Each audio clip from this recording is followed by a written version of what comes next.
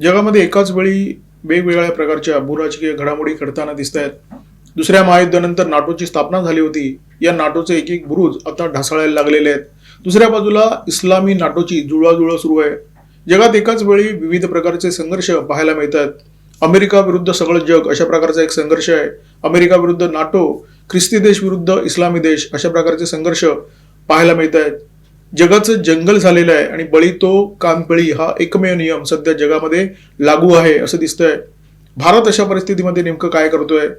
या संपूर्ण पार्श्वभूमीवर भारताची भूमिका काय असावी याच्यावर झळझळीत प्रकाश टाकला भारताचे राष्ट्रीय सुरक्षा सल्लागार अजित डोवाल यांनी. दिल्लीमध्ये एका कार्यक्रमात बोलताना अजित डोवाल यांनी भारताची भूमिका काय असावी हे स्पष्ट केलं. दुसऱ्या बाजूला गुजरातमध्ये नरेंद्र मोदी सोमनाथ मंदिराच्या ध्वजारोहण सोहळ्यामध्ये सहभागी झाले होते. एका हातात त्रिशूल आणि एका हातात डमरू हा नरेंद्र मोदी यांचा अवतार सगळ्या जगाने पाहिला.